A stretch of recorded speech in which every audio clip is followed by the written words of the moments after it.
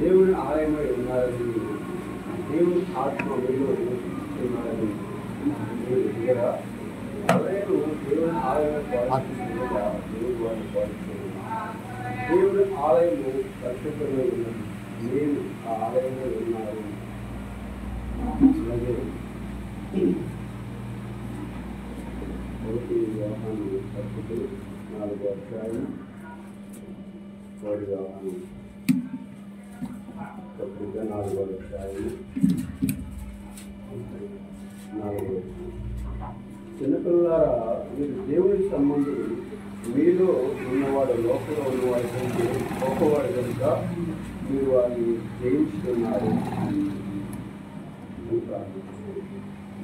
తండ్రి చేసి ప్రభావ పరిశుద్ధ నామాన్ని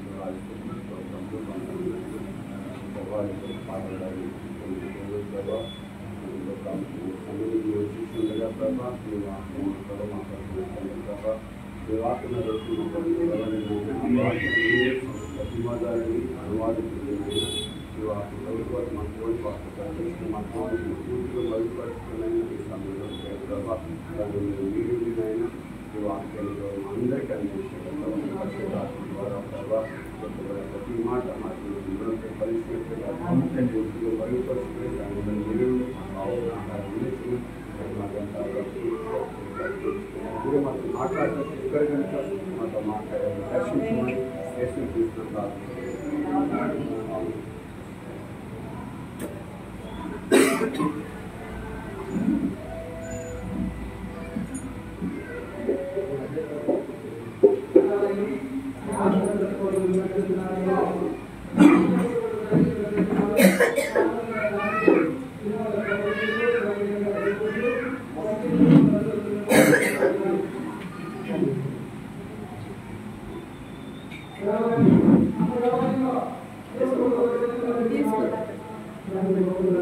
మనకి మేము కాక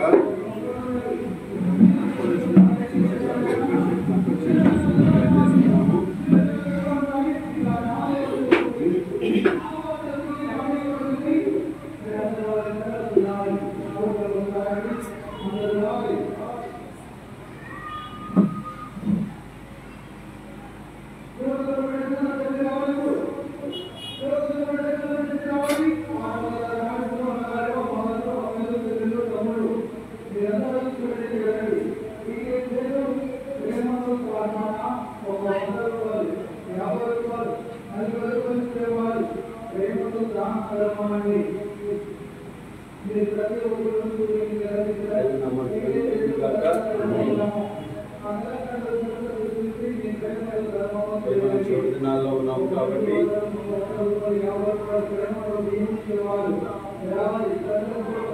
ముందు ఏదైతే జరిగి ఉన్నదో మళ్ళా అదే జరుగుతున్నది. కొత్తది ఏది జరగలేదు. మనకు జరిగిందే ఇప్పుడు జరుగుతుంది, ఇప్పుడు జరుగుతుందే మనకు జరిగి ఉన్నది. కొత్తది మనం ఏది కూడా చూడకూడలేదు. కానీ మనకు ఏదైతే జరిగి ఉన్నదో దాన్నే మనం మళ్ళా చివరి దినాల్లో మనం చూస్తూ ఉన్నాం. అందుకనే దేవుడు ప్రతిదీ కూడా దేవుడు మళ్ళా దాన్ని చేస్తూ ఉన్నాడు. మళ్ళా అదే కార్యాలు జరుగుతూ ఉన్నాయి. ఎందుకంటే దేవుడు వల్ల ఆదిలో ఏ కార్యం జరిగి ఉందో మళ్ళా ఈ చివరిలో అదే కార్యము జరగబోతూ ఉన్నది. కొత్తది ఏది కూడా జరగదా. అందుకని దేవుడు మనము దేవుని ఆలయమై ఉన్నామని వాక్యం సెలవిస్తూ ఉన్నది. దేవుని ఆత్మ మనలో నివసించినట్లుగా దేవుడు మనల్ని రూపుదిద్ది ఉన్నాడు. కనుక మనం ఏం చేయాలంటే దేవుడారా, దేవుడు మనలో జీవించడానికి మనం అవకాశం ఇవ్వాలి. దేవుడు మనలో జీవించడానికి మనం అవకాశం ఇచ్చినప్పుడు దేవుడు మన జీవితంలో ఆయన రంగం మీదకి వచ్చి మనలో నివాసం చేస్తాడు. మనమే అవకాశం ఇచ్చేది.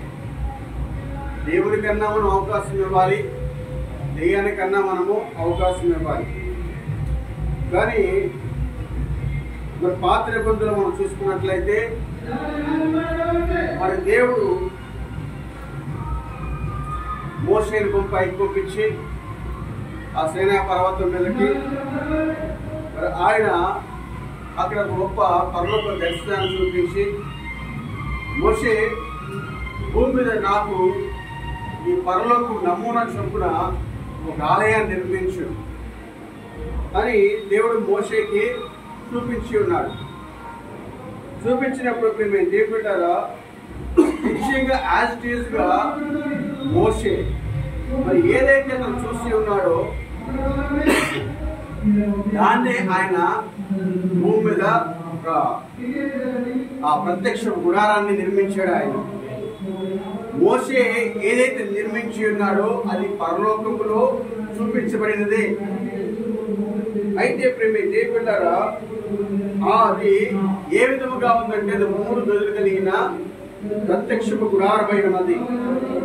అయితే ఆ ప్రత్యక్షపు గుడారము మరి మోషే ఎక్కడ చూసి నిర్మించాడంటే అది పరలోకంలో ఉన్నది కనుక ఆ పరలోకము నమూనా చొప్పున దేవుడు మోషేకి చెప్పాడు, మోషే నేను చూపించబోతున్న ఈ యొక్క నమూనా ప్రకారముగా నా కొరకు భూమి మీద ఒక ఆలయాన్ని నిర్మించు, ఒక గుడారాన్ని నిర్మించు అని చెప్పినప్పుడు నిజంగా మోషే దాన్ని రూపించి ఉన్నాడు.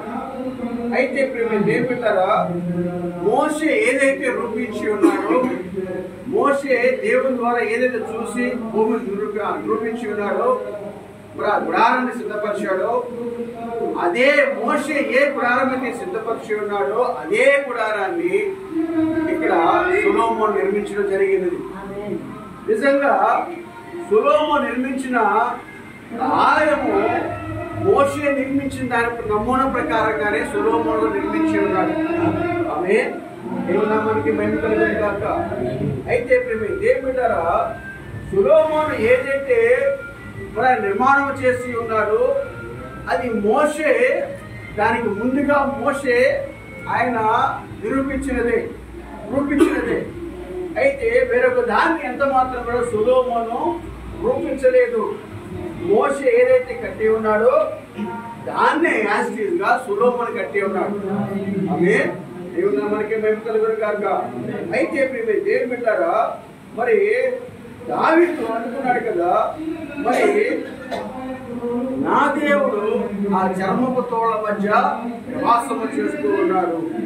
అయితే ఆయనకి నేనైతే దేవతలతో కలతో చేయబడినా మరి యొక్క గృహంలో నివాసము చేస్తూ ఉన్నాను. అయితే నా దేవుడు ఒక ఆలయాన్ని నిర్మించాలని దావీదుకి ఆలోచన వచ్చినప్పుడు ఆలోచన దేవుడారా అది ప్రవక్త దగ్గర తీసుకెళ్ళినప్పుడు నాతాను దగ్గర తీసుకెళ్ళినప్పుడు నాతాను అన్నాడు, అయ్యా నా దేవుడు ఆ తెల్లచరకున ఆ చర్మపు తోళ్ల మధ్య ఆయన నివాసము చేస్తూ ఉన్నాడు. నేనైతే దేవదూతలతో చేయబడిన మరి నివాసంలో ఉంటూ ఉన్నాను. మరి నాకు ఎంత మాత్రం నచ్చలేదని చెప్పినప్పుడు మరి ఈ ఆలోచన ఎప్పుడైతే ప్రవక్తకి తెలియపరిచాడో వెంటనే దేవుడారా ప్రవక్త అన్నాడు, రాజా నీకు వచ్చిన ఆలోచన చాలా మంచిది, మరి ఈ ఆలోచన ప్రకారంగా నువ్వు జరిగించు అని చెప్పినప్పుడు దేవుడారా అదే సమయంలో మరి ప్రవక్తకి మరి దేవుని దర్శించినప్పుడు, ఎందుకంటే ప్రవక్తతో మరి రాజులో మరి ఆలోచించింది మరి దావీదు కదా, మరి దావీదుతో దేవుడు మాట్లాడారు కదా అంటే దావీదు ప్రవక్త కాదు కానీ రాజు అయి ఉన్నాడు. ఎందుకంటే దేవుడారా దేవుని వాక్యము ప్రవక్త దగ్గరికే వస్తుంది. అందుకని ఆ కాలంలో ఆ గడిలో ఒక ప్రవక్త ఉన్నాడు. మరి దేవుని చేత ఎన్నిక చేయబడిన ప్రవక్త మరి ఆ ప్రవక్త దగ్గరికి దేవుని వాక్యం వచ్చింది కనుక, అయితే ఆ ప్రవక్త దేవుని వాక్యం వచ్చినప్పుడు మరి దేవుడు ప్రవక్తతో మాట్లాడుతున్నాడు. మరి రాజు ఎంత మాత్రం కూడా, దావీదు ఎంత మాత్రం కూడా ఆలయ నిర్మాణం చేయడానికి వీల్లేదు. అయితే అతను చేతులు రక్త సిద్ధమైపోయింది కనుక అతను ఎంత మాత్రం యోగ్యుడు కాదు.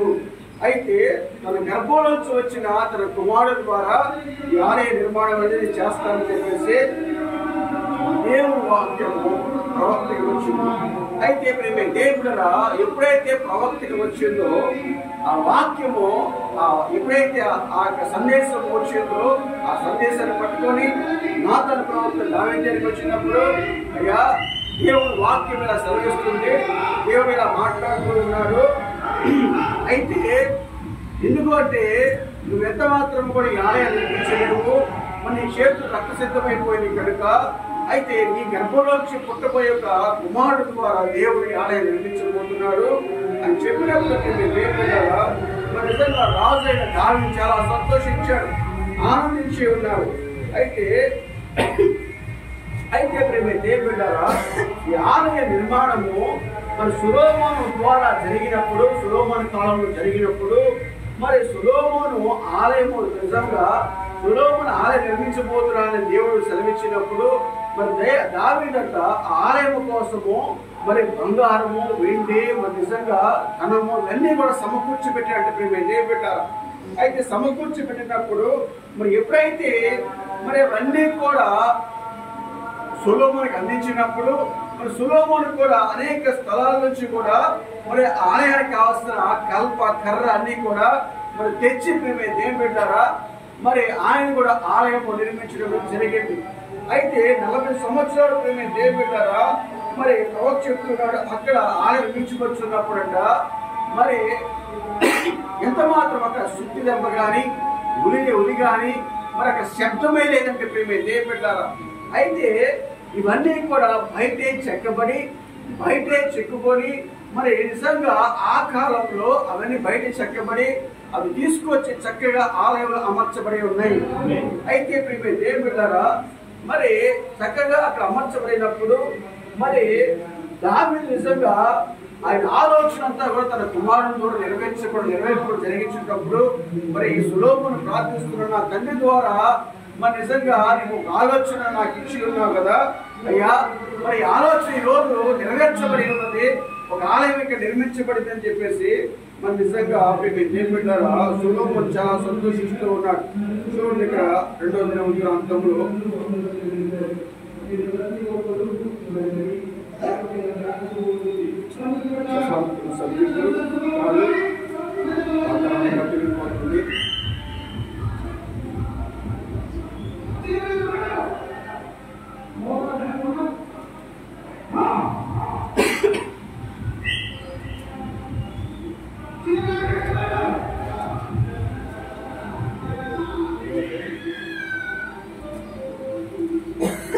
దినవృత్తాంతంలో సబ్జెక్టు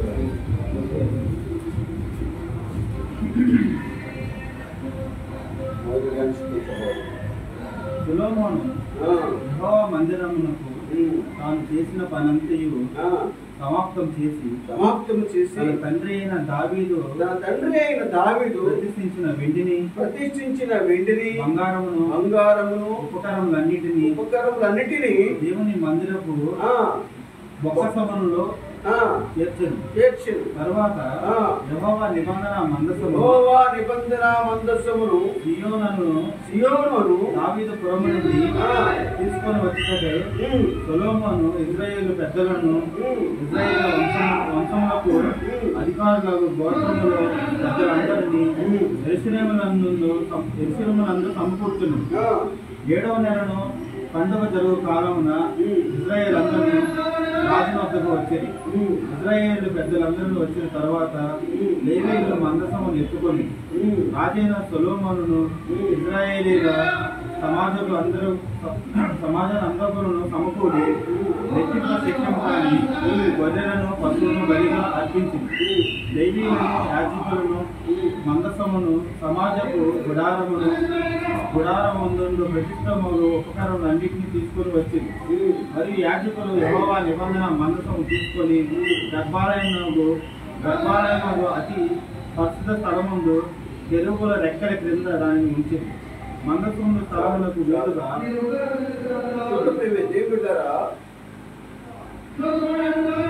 నిజముగా దేవుడే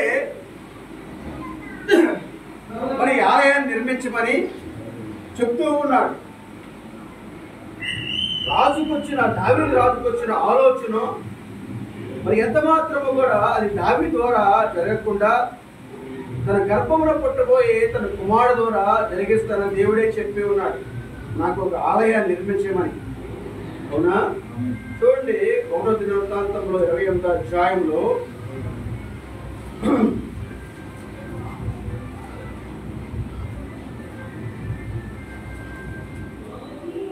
2వ వచనం చూడండి, 28:2. రాజైన దావీదు లేచి నిలబడి నాకు సెలవిచ్చును, నా సహోదరులారా, నా జనులారా, నా మాట ఆలకించుడి. యెహోవా నిబంధన మందసమునకును మన దేవుని పాదపీఠమునకును విశ్రమ స్థానముగా ఉండుటకు ఒక మందిరము కట్టించవలనని నేను నా హృదయమందు నిశ్చయము చేసుకొని సమస్తము సిద్ధపరిచితిని. చూడండి దేవుడు ఎక్కడ దేనికోసము ఆయన ఆలయాన్ని నిర్మించబోతున్నాడు? దేనికోసం?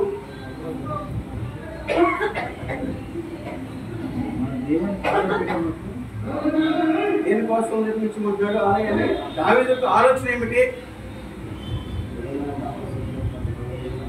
దావీదు యొక్క ఆలోచన దేవుడు చూడండి, ఆయన నేను ఒక ఆలయము కట్టాలని చెప్పుకోవడం కోసం కాదు, ఒక ఆలయాన్ని నిర్మించాను దేవుడి కోసమని, ఒక పేరు కోసమో, ఒక ప్రఖ్యాతి కోసమో, ఘనత కోసమో దావీదు నిర్మించడం లేదండి. దావీదు దేనికోసం ఆలయాన్ని నిర్మించాలనుకుంటున్నాడు అంటే, చూడండి 2వ వచనంలో ఏమంటున్నాడు, అప్పుడు రాజైన దావీదు లేచి నిలబడి ఇలాగ సెలవిచ్చాడు, ఏమన్నా, నా సహోదరులారా, నా జనులారా, నా మాట ఆలకించుడి. యెహోవా నిబంధన మందసముకును మన దేవుడు పాదపీఠముకును విశ్రమ స్థానముగా ఉండుటకు ఒక మందిరమును కట్టించవలనని నేను నా హృదయములో నిశ్చయించుకున్నాను. నిజం ప్రేమే దేవుడారా, నిబంధన మందసము అనగా ప్రేమే దేవుడారా, మన నిజంగా నిబంధన మందసంలో ఏమున్నాయండి? ఆజ్ఞ పలకలు, అహరోను చేతికర్ర, అహరోను చీల్చిన చేతికర్ర, మరి ఆ మన్న. అయితే ప్రేమే దేవుడారా, మన నిజంగా ఆ మందసములో దేవుడు వాక్యమే నివాసము చేస్తూ ఉన్నది. అయితే దేవుడు వాక్యము నిజంగా వాక్యముగా పరిగణించబడుతున్న ఆ మందసము నివాసము చేయడానికి మన నిజంగా దావీదు ఆలోచన చూడండి. నిజంగా ఆ నిబంధన మందసము నివాసము చేయడానికి దానికి ఒక స్థలము కావాలి. నిజంగా ప్రేమే దేవుడు ఎక్కడ పడితే అక్కడ పెట్టేది కాదండి. అది మన నిజంగా పాత నిబంధనలో మన దేవుడు మోషేకి ఏదైతే చెప్పి ఉన్నాడో, మోషే నిజంగా ఆయనకి రా అని చెప్పేసి మోషేని నిజంగా మరి పరలోకానికి తీసుకెళ్లి ఒక నమూనా చొప్పున నిజంగా ఒక ఆలయాన్ని నిర్మించమని చెప్పాడు. మోషే, నీకు ఏ ఆలయం అయితే చూస్తున్నావో అది భూలోకంలో నా కొరకు ఒక ఆలయాన్ని నిర్మించని చెప్పినప్పుడు ఆ ఆలయం ఎలా ఉందంటే, ఒకటి ప్రేమ దేవుడు ఆవరణ, పరిశుద్ధత, అతి పరిశుద్ధ స్థలము. అయితే ప్రేమ దేవుడారా, ప్రవక్త అంటున్నాడు, మరి మోషే ఏ ఆలయం అయితే చూసి ఉన్నాడో, అది ఏ ఆలయం అయితే నిర్మించి ఉన్నాడో, అపోస్తలుడైన పౌలు గారు కూడా మరి నిజంగా ఆయన కూడా ఒక ఆలయాన్ని చూస్తూ ఉన్నాడు. ఎక్కడ పత్రిక 9వ అధ్యాయంలో ఉంది అక్కడ చూడండి.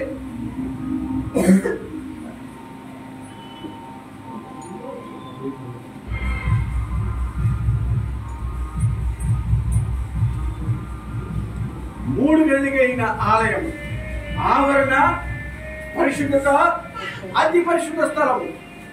అయితే మోషే ఎక్కడ చూసావా అంటే పరలోకములో ఇలాగే దేవుని ఆలయం ఉన్నది.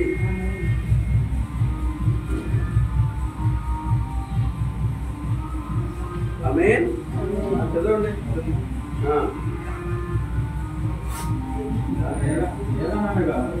మొదట ఒక గుడారం ఏర్పరచబడింది. అందులో దీపస్తంభములు బాలయు దాని మీద ఉంచబడిన రొట్టెలను ఉండేది. దానికి పరిశుద్ధ స్థలం అని పేరు పెట్టారు. రెండవ తెరకు ఆవల అతి పరిశుద్ధ స్థలమును గుడారమును ఉండేది. అందులో సువర్ణ దీపార్తియు అంతటను బంగారు రేకులతో కాపబడిన నిబంధన మందసం ఉండేది. ఆ మందసంలో మన్నగల బంగారు పాత్రయు చిగురించిన ఆహారంలో చేసిన నిబంధన పలకలలో ఉంది. ఎక్కడ? అతి పరిశుద్ధ స్థలం. అతి పరిశుద్ధ స్థలంలో. అతి పరిశుద్ధ స్థలంలో ఏమున్నాయండి? జాగ్రత్తగా చదవండి. అందులో సువర్ణ దీపార్తియు అంతటను బంగారు రేకులతో కాపబడిన నిబంధన మందసమును ఉండెను. ఆ మందసంలో మన్నాగల బంగారు పాత్రలు చిగురించిన ఆహారాలు చేతికరయు నిబంధన పలకలో ఉండేది. చూడండి, మోషే ఏదైతే చూసి ఉన్నాడో పరలోక స్థలంలో యాస్టీస్ గా మోషేకి ఏదైతే చెప్పాడో దేవుడు, దాన్ని మోషే అక్కడ నిర్మించాడు. మరి నిజంగా ఆ వరంలో ఏముండాలి, పరిశుద్ధ స్థలంలో ఏముండాలి, అతి పరిశుద్ధ స్థలంలో ఏముండాలి? నిజంగా యాస్టీస్ గా పరలోక నమూనా ప్రకారంగా మోషే భూమి మీద గుడారాలు సిద్ధపరిచాడు. అయితే ఆ వారంలో గంగాళము, ఇతర బలిపీఠము ఉండాలి. అలాగే పరిశుద్ధ స్థలంలో, అలాగే అతి పరిశుద్ధ స్థలంలో మరి ఏముండాలి ప్రేమ దేవుడారా?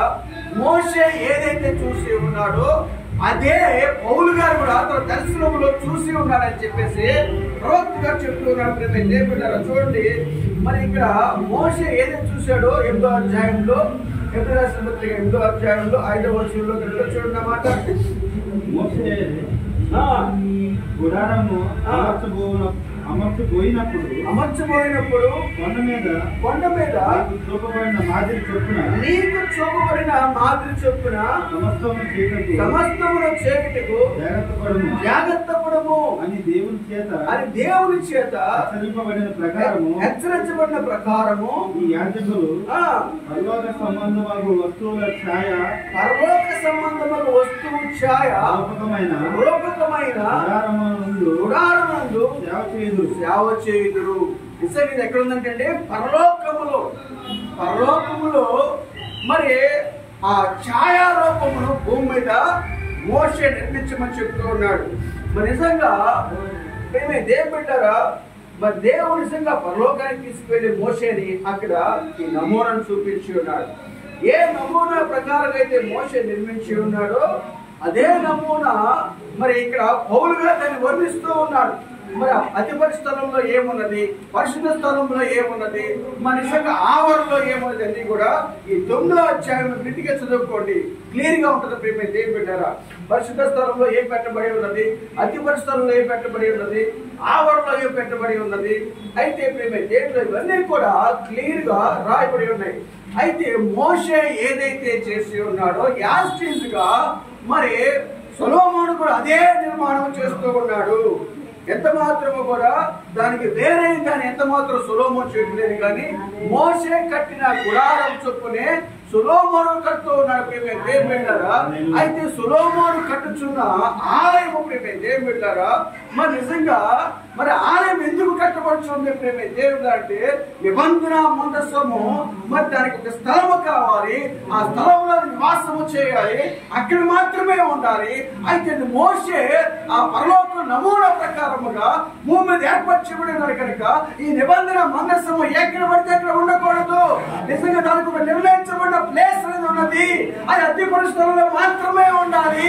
అతి పరిస్థితుల స్థలంలో లేకపోతే దానికి శ్రమగా ప్రేమ దేవుళ్ళారా అనేకమైన ఇబ్బందులు పడ్డారు వాళ్ళు, అనేకమైన శాపాలు తెచ్చుకున్నారు, అనేకమైన ఇబ్బందులు కూడా తెచ్చుకున్నారు వాళ్ళు ప్రేమ దేవుళ్ళారా. అయితే ఒక్కసారి దావీదు కూడా ఆ నిబంధన మందసమును మన నిజంగా లేవీయుల భుజాల మీద జాగ్రత్త ఉండవలసిందిగా మరి ఆయన ఎడ్ల బండి మీద తీసుకొచ్చుచున్నప్పుడు ఆ ఎడ్ల బండి జారిపోతున్నప్పుడు ప్రేమ దేవుడారా మన నిజంగా నిబంధన మనసు పడిపోతున్న ఒక వ్యక్తి చేసినట్ట వెంటనే పట్టుకోవడం ప్రయత్నించాడు. అయితే ప్రేమ దేవుడు ఎప్పుడైతే పట్టుకోవడం ప్రయత్నించాడో నిజంగా దేవుడు ఎమ్మటే స్పాట్ లో చనిపోయాడు. ఎందుకంటే ఎవరు పడితే వాళ్ళు ఆ నిబంధన మందస్థాన్ని పట్టుకోవడానికి లేదు. అది ఎక్కడ పడతారో అది ఎలా పడితే తీసుకొచ్చేది కాదు. అది లేవీల భుజాల పైన మాత్రమే అది ఉండవలసి కదా ప్రేమ దేవుడారా. అది ఎక్కడ ఉండాలంటే ఆ నివాసం చేసే ప్లేస్ అంటే ఏ ఇంట్లో పడతారు ఇంట్లో కాదు, కానీ దానికి ఉండే ప్లేస్ ఏంటంటే అతి పరిశుద్ధ స్థలంలో మాత్రమే ఉండాలి. అక్కడ మాత్రమే ఉన్నప్పుడే అది సేఫ్ గా ఉంటుంది ప్రేమ దేవుడారా. అయితే ప్రేమ దేవుడారా మరి దేవుడు ఏం చెబుతున్నాడంటే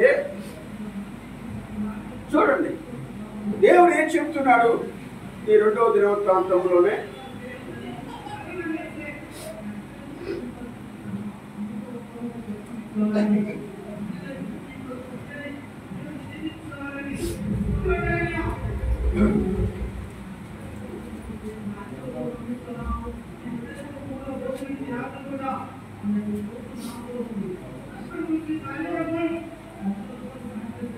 సొలొమోను ప్రేమ దేవుడారా అన్ని చక్కగా మలిచాడంట. సొలొమోను అన్ని చక్కగా మలిచాడు. బిల్డింగ్ మొత్తం కంప్లీట్ అయిపోయింది. బిల్డింగ్ మొత్తం కూడా కంప్లీట్ అయిపోయిన తర్వాత ఆ బిల్డింగ్ ప్రతిష్ఠిత కార్యక్రమం రోజున మరి నిజంగా ప్రేమ దేవుడారా మరి అక్కడ యాజకులు అందరూ వచ్చినప్పుడు ప్రేమ దేవుడు చూడండి 5వ అధ్యాయము 11వ వచనము.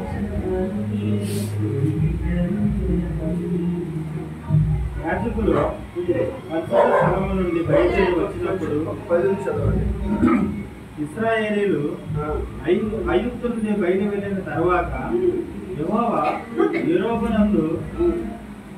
హోరేబునందు వారితో నిబంధన చేసినప్పుడు మోషే ఆ మందసమునందు ఉంచిన 2 రాతి పలకలు తప్ప దాని యందు మరి ఏమీ లేదు.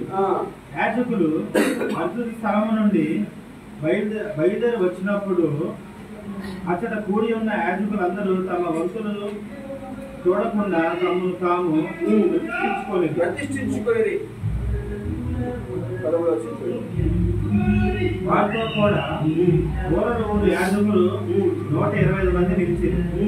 గోరలు ఊరు వారును పాఠకులను ఏక స్వరముతో యెహోవాకు కృతజ్ఞత స్తుతులు చెల్లించి తంబూరంతో సితారంతో గానము చేయగా యాజకులు పరిశుద్ధ స్థలం నుండి బయలు వెళ్ళి ఆ గోరలతోనూ ఆ తాళములతోనూ వాయిద్యముతో కలిసి స్వరమెత్తి యెహోవా దయాళుడు, ఆయన కృప నిరంతరం ఉండునని స్తోత్రము చేసేది.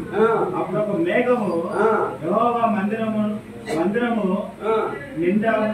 నిండెను. యెహోవా తేజస్సుతో దేవుని మందిరం నిండిపోనగా సేవ చేయటకు యాజకులు ఆ మేఘం ఉన్న చోట నిలవలేకపోయింది. ఎప్పుడైతే నిబంధన మందసము మరి ఎక్కడ పెట్టవలసి ఉందో ఆ స్థలంలో పెట్టినప్పుడు మరి నిజంగా యాజకులంట ఆ నిజంగా దేవుని యొక్క శకేల యొక్క మహిమ అంట అక్కడ వెంటనే దిగి వచ్చేస్తున్నారు. శకేల యొక్క మహిమ ఎప్పుడైతే అక్కడ దిగి వచ్చిందో యాజకులు ఆ మహిమ ముందు నిలవలేకపోయారంట దేవుడు పరిచయం చేయడానికి. చూడండి ఎక్కడ పెట్టబడిందని చూడండి 7వ వచనంలో ఉంటుంది అన్నమాట. 5:7 చదవండి.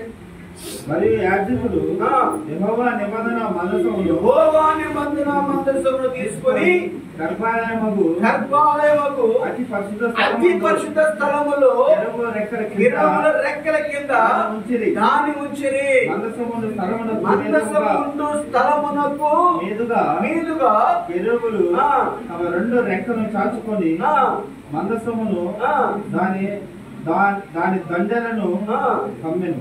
చూడండి ప్రేమ దేవుళ్ళారు, ఎప్పుడైతే అతి పరిశుద్ధ స్థలములో ఆ నిబంధన మందసము పెట్టబడి ఉందో దాని ఉండే స్థలములో ఎప్పుడైతే అది పెట్టబడి ఉందో నిజంగా అక్కడ శంకర్ యొక్క మహిమ దిగి వచ్చేస్తుంది ప్రేమ దేవబిడ్డారా.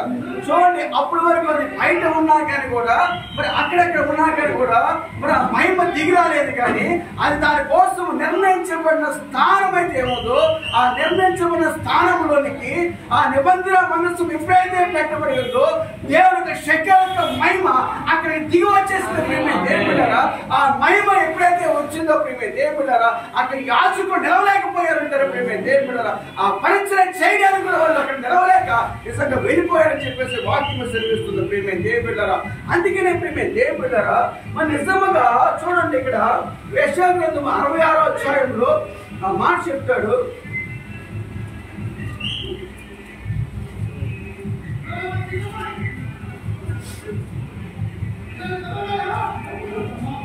చూడండి, 66:1-2.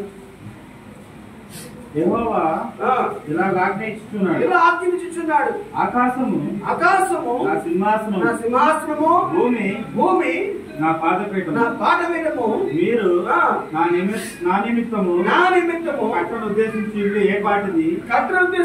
ఏ పాటిది?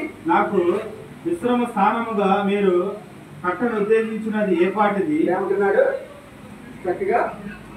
మీరు నా నిమిత్తము కట్ట నిర్దేశించి ఇల్లు ఏ పాటిది? కట్టను ఉద్దేశించిన ఇల్లు ఏ పాటిది? నాకు విశ్రమ స్థానముగా మీరు కట్టను ఉద్దేశించినది ఏ పాటిది? కట్టను ఉద్దేశించింది ఏ పాటిది? అవన్నీ నా హస్తకృత్యములని అవి నా వలన కలిగినవని యెహోవా సెలవిచ్చుచున్నాడు. అవన్నీ నా వలన కలిగినవని యెహోవా సెలవిచ్చుచున్నాడు. ఎవడు దీనుడై నలిగిన హృదయం గలవాడై నా మాట విని వణుకుచుండునో వానినే నేను దృష్టించుచున్నాను. ఏమంటున్నాడు? దీనుడే నలిగిన హృదయం గలవాడై నా మాట విని వణుకుచుండునో వానినే నేను దృష్టించుచున్నాను. ఏమంటున్నాడు ప్రేమ దేవుడారా? ఇవన్నీ నా హస్తకృత్యములు అంటే ప్రేమ దేవుడారా, ఈ కట్టడాలు అన్ని కూడా హస్తకృత్యములు. వీటిలోనే నివాసము చేయడానికి ఇష్టపడటలేదు.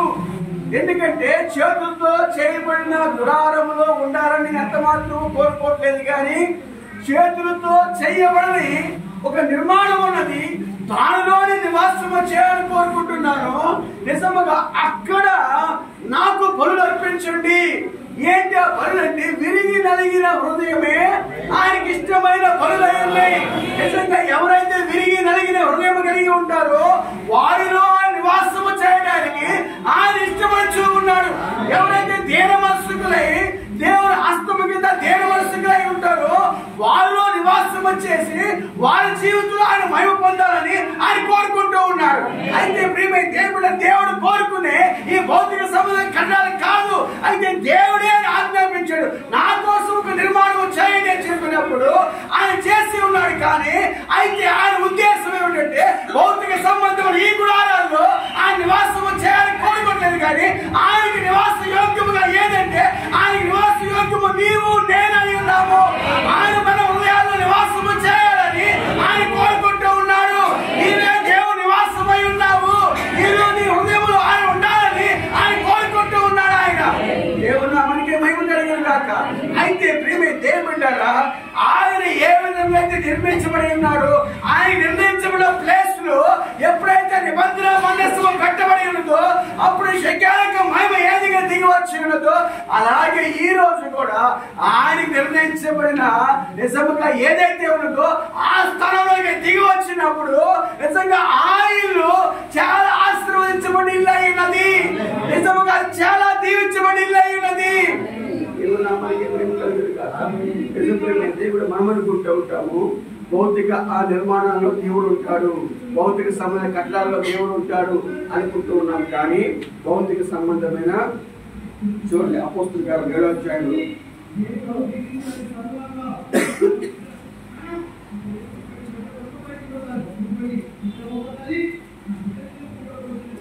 44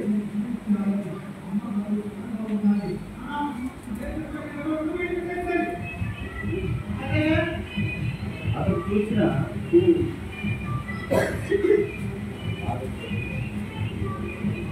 44 చదవండి. అతడు చూసిన మాదిరి చొప్పున దాన్ని చేయవలనని మోషేతో చెప్పిన వాడు ఆజ్ఞాపించిన ప్రకారము సాక్ష్యపు గుడారము అరణ్యములో మన పితరుల యొక్క ఉండేది.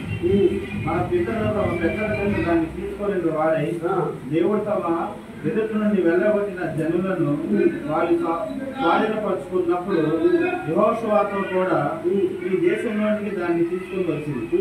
అది దావీదు దినముల వరకు ఉండేది. అతడు దేవుని దయ పొంది యాకోబు యొక్క దేవుని నివాస స్థలము కట్టగోరెను. అయితే సొలొమోను ఆయన కొరకు మందిరం కట్టించాను. ఆయనను ఆకాశము నా సింహాసనము, భూమి నా పాదపీఠము, మీరు నా కొరకు ఎలాంటి మందిరం కట్టుదురు, నా విశ్రాంతి స్థలం ఏది, మరియు నా హస్తకృత్యములు ప్రవక్త పలికిన ప్రకారం సర్వోన్నతుడు హస్తకృత ఆలయంలో నివసింపుడు. సర్వోన్నతుడు హస్తకృత ఆలయంలో హస్తకృత్యములు అంటే చేతులతో తయారు చేయబడిన ఈ గుడారాల్లో నివాసం ఇక్కడికి మనకొచ్చు. ఇది ఒక దేవుని ఆలయము. ఇది చాలా పవిత్రంగా చూసుకోవాలి, చాలా పరిశుద్ధంగా చూసుకోవాలి అని అనుకుంటూ ఉంటాం. కానీ మేము దేవుడారా, దేవుని ఆలయం ఇది కాదు, కానీ దేవుని ఆలయము మనమై ఉన్నాం. మనం ఎక్కడ ఉంటే దేవుడు అక్కడ ఆ మహిమ ఉంటుంది. నిజముగా దేవుడు నీ హృదయంలో ఉన్నప్పుడు నీవు ఏ స్థలంలోకి వెళ్ళి ఆరాధన చేసినా అక్కడ దేవుడు నీకు వస్తాడు. అందుకనే ప్రేమ దేవుని బిడ్డలారా, మన నిజంగా దేవుడు ఉండు స్థలం ఏంటంటే ఈ భౌతిక సంబంధమైన వాటి కాదు, కానీ దేవుడు ఉండే స్థలం ఏంటంటే నీ హృదయమై ఉన్నది. నీ హృదయంలో ఆయన నివాసం చేయాలని కోరుకుంటున్నాడు. ఆయన నీ హృదయంలోకి ఎప్పుడైతే ఆయన వచ్చి ఉన్నాడో, నిజంగా ప్రేమ దేవుడు ఎప్పుడైతే సొలొమోను ఆ మందసమును అగ్ని పరిస్థితుల్లో తీసుకొచ్చినప్పుడు, అది ఉండవలసిన స్థలంలో తీసుకొచ్చినప్పుడు ఎలాగైతే శిఖరానికి మహిమ దిగి వచ్చి ఉన్నదో, అలాగే ఆయన ఇక్కడ ఉండాలని కోరుకుంటున్నాడు. ఇక్కడ ఎప్పుడైతే దేవుడు దిగి వచ్చి ఉన్నాడో ఈ ఇల్లంతా కూడా నిజంగా దేవుడికి మహిమ చేత నింపబడుతుంది, దేవుడికి శక్తి చేత నింపబడుతుంది, దేవుడికి ఆశీర్వాదం చేత నింపబడుతుంది. నువ్వు ఎక్కడ ఉన్నా కూడా, ఏ స్థలంలో ఉన్నా కానీ కూడా నిజముగా ప్రేమ దేవుడు నువ్వు అడుగు పెట్టిన ప్రతి స్థలము కూడా అది ఆశీర్వాదకరంగా మారుతుంది. ప్రతి అడుగు పెట్టిన ప్రతి స్థలము కూడా దీవునికరంగా మారుతుంది. నిజంగా ప్రేమ దేవుడారా, అపోస్తలుగా మార్కు సువార్త 16 అధ్యాయము నిజంగా కార్యములన్నీ కూడా నీ జీవితంలో రుజుపరచబడతా ఉంటుంది. ఎందుకంటే దేవుని నివాసం ఉండడానికి యోగ్యముగా నీవు ఆయనకి స్థలం ఇచ్చావు కాబట్టి, ఆయన నీలోకి వచ్చినాడు కాబట్టి, ఆయనకి శక్తి ఆయనకు మహిమ నీలో ఉంది కాబట్టి నువ్వు ఎక్కడికి వెళ్ళినా సరే ఆ కార్యములు జరుగుతూ ఉంటాయి. దేవుడు మనకి మహిమ కలిగిన కాక. నిజం ప్రేమ దేవుడారా, నిజముగా నువ్వు ఎక్కడ ఉన్నా సరే దేవుడు నివాసము యోగ్యముగా నీవు ఉన్నప్పుడు నిజంగా నీలో అపవిత్రత ఉంటే దేవుడు రాడు, నీలో ద్వేషం ఉంటే దేవుడు రాడు, నీలో పగ ఉంటే దేవుడు రాడు, నీలో కల్మషం ఉంటే దేవుడు రాడు, నీలో భేదాభిప్రాయాలు ఉంటే దేవుడు రాడు. కానీ నీవు విరిగి నలిగిన హృదయముతో ఉన్నప్పుడు దేవుడు నీలోకి వచ్చినప్పుడు నిజమే దేవుడు ఎక్కడికి వెళ్ళా సరే నువ్వు ఆశీర్వాదాలు చూస్తావు, నువ్వు ఎక్కడికి వెళ్ళా సరే దీవెనలు చూస్తావు, నువ్వు ఎక్కడికి వెళ్ళా సరే నువ్వు ఏది చేసినా సరే అది ఫలభరితంగానే ఉంటుంది. ఎందుకంటే దేవుడు నీ అంతరంగా ఉన్నాడు కాబట్టి, నీ ఆయన ఆత్మలో నిజంగా నీ ఆత్మలో ఉన్నాడు కాబట్టి ఏమన్నాడు ప్రేమ దేవుడు అక్కడ ప్రతిదీ కొన్ని ఆశీర్వాదకరంగా మాట్లాడు. చూడండి 1 కొరింథీయులు 3వ అధ్యాయం.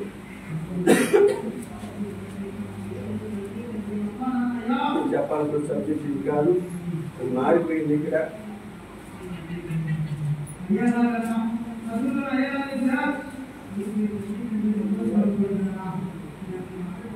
చూడండి, మీరు దేవుని ఆలయమే ఉన్నారని, దేవుని ఆత్మ మీలో నివసించుతున్నాడని, దేవుని ఆత్మ మీలో నివసించుచున్నాడని ఎరుగరా? ఎవడైనాను దేవుని ఆలయం పాడు చేసి ఎడల దేవుడు వాడిని పాడు చేయు. దేవుని ఆలయము పరిశుద్ధమై ఉన్నది. దేవుని ఆలయం పరిశుద్ధమైనది. మీరు ఆలయమై ఉన్నారు. మీరు ఆలయమై ఉన్నారు అంటే మీరేమై ఉండాలంటే పరిశుద్ధమైన వారిగా ఉండాలి. ఎందుకంటే మీరు దేవుని ఆలయం కాబట్టి దేవుడు పరిశుద్ధుడు కనుక మీరు పరిశుద్ధులై ఉండాలి. నేను పరిశుద్ధుని కనుక మీరు పరిశుద్ధులై ఉండేద్దరు అన్నాడు ఆయన. అయితే మనము పరిశుద్ధులుగా ఉన్నప్పుడు ఆయన ఆలయముగా మనం ఉంటాము. మీరు పరిశుద్ధత లేనప్పుడు మీరు దెయ్యానికి ఆలయాలుగా ఉంటారు. దేనికి ఆలయాలు ఉంటారు? మీరు పరిశుద్ధత లేకపోతే దెయ్యానికి ఆలయాలుగా ఉంటారు. మీరు పరిశుద్ధత ఉంటే దేవునికి ఆలయాలుగా ఉంటారు.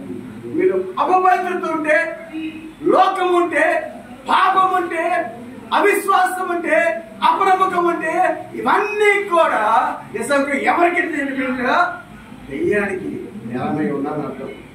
అయితే దేవునికి నిలబడి ఉండాలంటే పరిశుద్ధత ఉండాలి.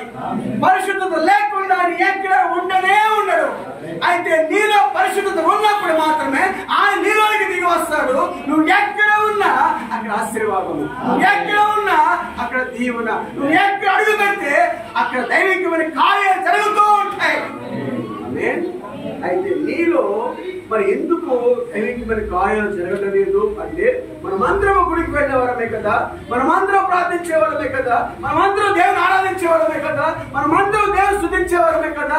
ఏ డౌట్ లేదు. అయినా కానీ కూడా మరి దేవుని కార్యం మన జీవితంలో ఎందుకు నిర్లక్ష్యత వహిస్తూ ఉంది అంటే నీ జీవితం పరిశుద్ధముగా ఉన్నదా? నీవు పరిశుద్ధ శక్తి కలిగి ఉన్నావా? దేవుని ఆలయంగా ఉండడానికి నీ హృదయం అనుమతించబడి ఉన్నదా, లేకపోతే దెయ్యానికి అనుమతించబడి ఉన్నదా? మనం పరిశీలన చేసుకోవాలి. అయితే దేవుడి ద్వారా మనం ఏమై ఉన్నాము? మనం ఇంకా పగలు, ప్రతీకారాలు, ద్వేషాలు, అసూయలు, కక్షలు, స్వార్థాలు, జగడములు, కలహములు, క్రోధములు, మత్సరములు ఇవన్నీ అంటున్నప్పుడు నువ్వు దేవుడికి నివాస యోగ్యమైన వ్యక్తిని కావు. దేవుడు కోరుకొని అష్టకృత్యాలయంలో ఉండాలని కోరుకోవట్లేదు. నిజంగా ఆయన భవంతులో ఉండాలని కోరుకోవట్లేదు. ఆయన నువ్వు ఎంత గొప్పగా నిజంగా ఎన్ని లక్షలు పెట్టి కట్టినా సరే ఆయన దాంట్లోకి రాడు. ఆయన వచ్చే స్థలం ఏంటంటే నీవు నేనమే. దీనికోసమే చెల్లించాడు ఆయన, దీనికోసమే రక్తము కార్చాడు ఆయన, దీనికోసమే ఖైదులు చెల్లించాడు, కలవరు సమస్తం మోగించాడు ఆయన, మరణములు జయించాడు. మనం ఆయన చేసిన త్యాగాన్ని మరిచిపోయి, ఆయన చేసిన త్యాగాన్ని మరిచి నిజంగా నువ్వు ఎలా ఉన్నామంట చూడండి. ఎఫెసీయులకు రాసిన పత్రిక 2వ అధ్యాయము 1-2 వచనాలు చూడాలి.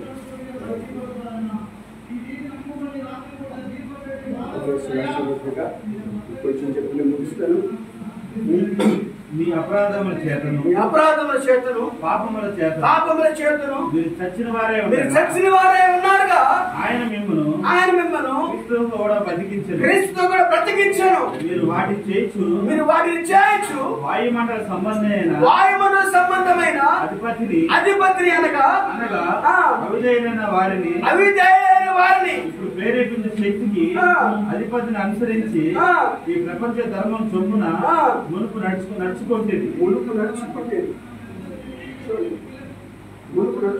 అలాగే కానీ ఇప్పుడు కూడా ఏం చేస్తున్నారంట? వారితో కలిసి మనందరమును శరీరం యొక్కయు మనస్సు యొక్కయు కోరికలను నెరవేర్చుకొనుచు మన శరీరాశను అనుసరించి మునుపు ప్రవర్తించుచు కడమ వారి వలనే స్వభావ సిద్ధముగా దైవోగ్రతకు పాత్రమై ఉంటుంది.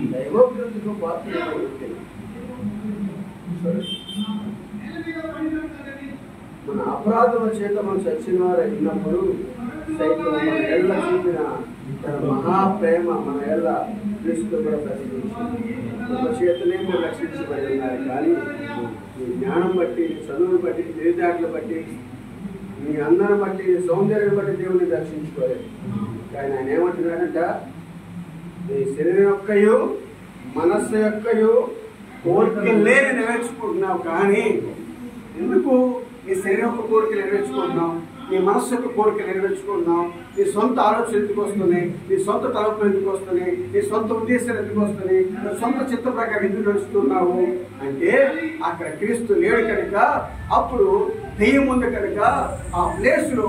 అయితే ఆ ప్లేస్ లో దెయ్యం ఉన్నప్పుడు ఏం చేస్తాక నీ ఇష్టానుసారంగా నువ్వు జీవిస్తూనే ఉంటావు, నీ ఇష్టానుసారంగా ప్రవర్తిస్తూనే ఉంటావు. నీ ఇష్టానుసారంగా నడుస్తూనే ఉంటావు, నీ ఆలోచనలతో నడుస్తావు, నీ తలంపులతో నడుస్తావు, నీ ఉద్దేశాలతో నడుస్తూ ఉంటావు, నీ మనసుతో నడుస్తూ ఉంటావు, నీ కార్యాలు జరిగించుకుంటూ ఉంటావు. కానీ ప్రభు చిత్తాన్ని అను కనిపెట్టి ప్రార్థన చేయలేవు, ప్రభు చిత్తం కొరకు కనిపెట్టలేవు. దేవుడా హృదయానికి ఏమన్నాడు? శరీరం యొక్క కోరికలను నెరవేర్చుకోవచ్చు, మనసు యొక్క కోరికలను నెరవేర్చుకోవచ్చు, మన శరీరాలను అనుసరించి మునుపు ప్రవర్తించాం. కర్మ మనము నిజంగా ప్రియమైన దేవుడు మునుపు దేవుని ఎరగని వారం కనుక మునుపు దేవుని మనము యోగ్యమైన వారిగా జీవించలేదు. ఎందుకంటే మునుపు మనకు దేవుడు ఎరగని వారం, ఇప్పుడు దేవుడు మనము కలిగి లేము. అందుకని ప్రియమైన దేవుడు మన ఇష్టానుసారంగా జీవించాం. మన ఆలోచన ప్రకారంగా, మన తలంపుల ప్రకారంగా, మన ఉద్దేశాల ప్రకారంగా, మన చిత్త ప్రకారంగా పాపంలో, లోకంలో, అవిశ్వాసంలో, నిజంగా అనేక విషయాల్లో మనం జీవిస్తూనే ఉన్నాం. అయితే ఇప్పుడైతే ప్రియమైన దేవుడు క్రీస్తు యేసు రక్తము చేతను కడగబడి కూడా ఆయన రక్తము చేత నిజంగా కృప చేత రక్షించినప్పటికీ కూడా మునుపు చేసిన కార్యం మళ్ళా జరిగిస్తూ ఉన్నాం. చూడండి 12వ చూడండి.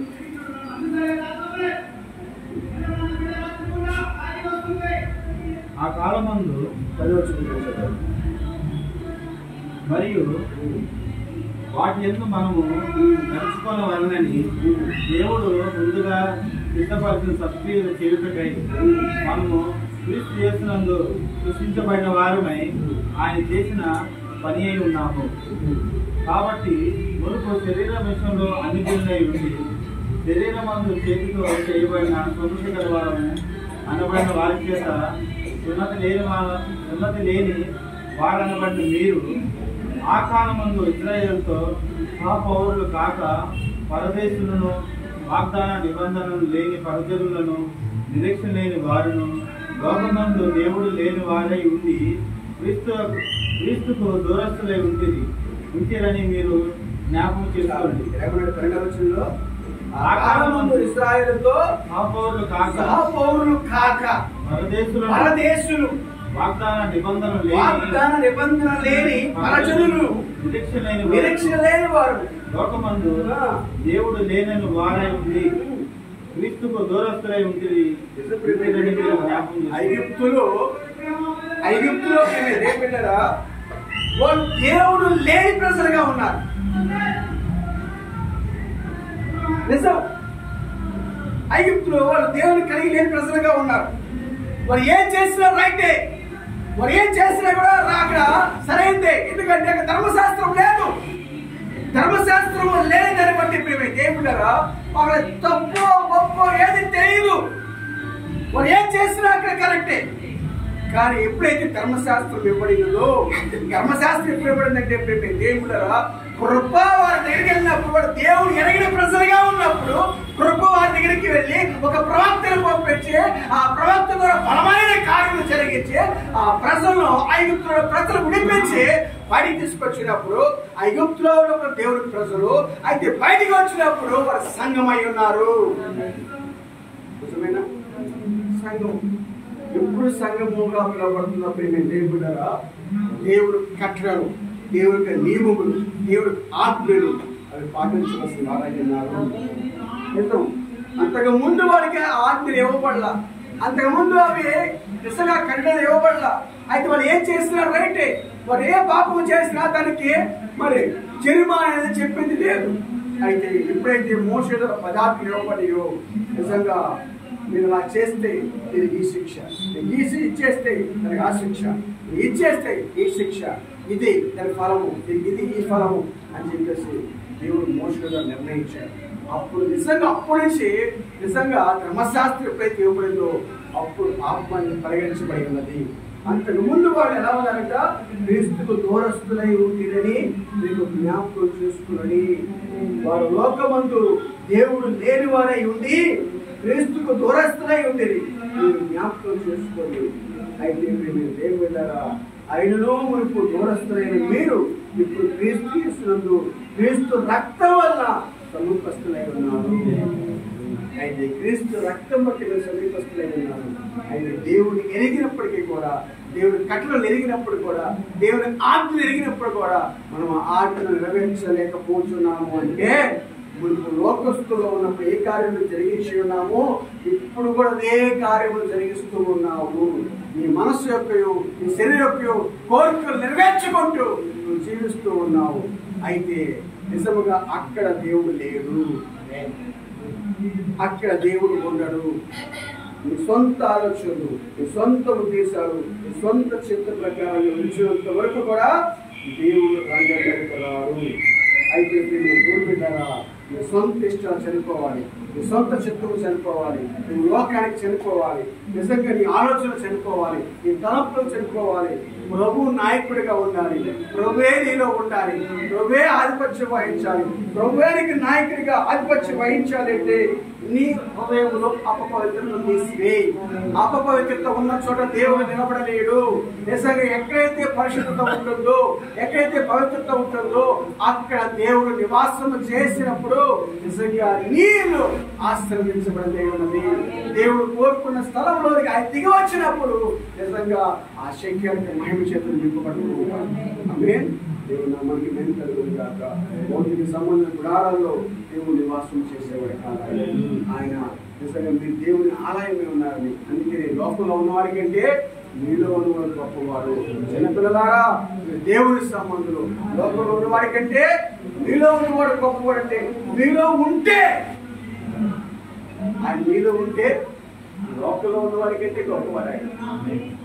ప్రతి రోగం కంటే గొప్పవాడు ఆయన, ప్రతి బలహీనత కంటే గొప్పవాడు ఆయన, ప్రతి శోధన కంటే గొప్పవాడు ఆయన, ప్రతి ఇరుకు కంటే గొప్పవాడు ఆయన, ప్రతి వ్యాధి కంటే గొప్పవాడు ఆయన. ఆయన జయించలేనట్టు ఏదీ లేదు ఆయన. ఆయనకి నిజంగా లోబడినట్టు ఏదీ లేదు. అందుకే దేవుడు అది ఒకటి యోహాను సువార్తలో చెబుతున్నాడు కదా, సమస్తము ఆయన ద్వారా, ఆయన మూలంగా, ఆయన కొరకు కలిగినవని.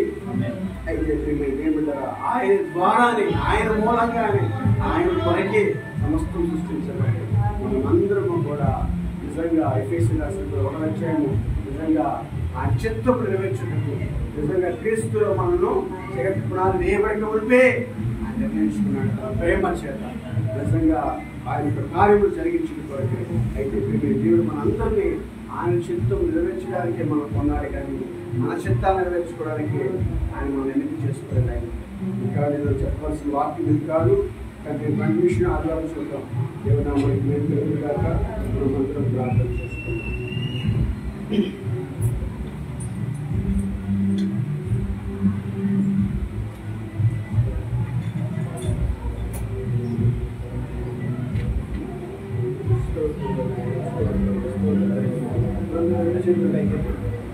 మన మధ్య మనతో మాట్లాడుచున్నప్పుడు, మన స్థితిగతులతో మాట్లాడుచున్నప్పుడు, మన అంతరంగాలతో మాట్లాడుచున్నప్పుడు నిజంగా ప్రభు మన మధ్య ఉన్నాడు. ఆయన మనతో మాట్లాడుచున్నాడు. ఆయన ఓ నిజంగా ప్రభు నీ మాటలు మాకు వినిపింపచేస్తున్నందుకు స్తోత్రము నాయన. మేము ఎలా ఉండాలి కోరుకుంటున్నావు నాయన.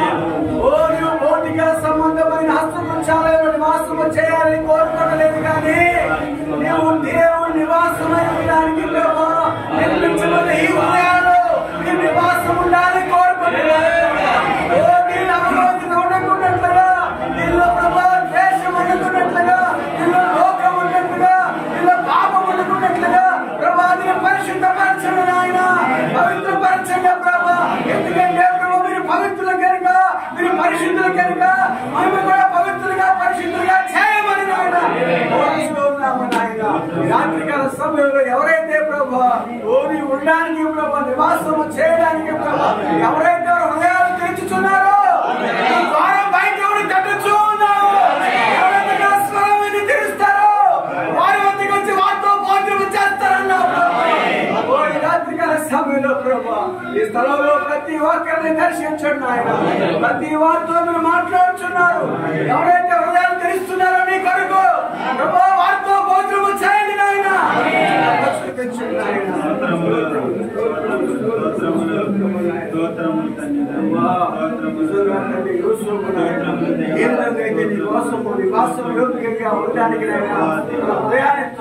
తెరిచి ఉన్నప్పుడు నాయన ఎంత మాత్రం అపవిత్రం చేస్తారు.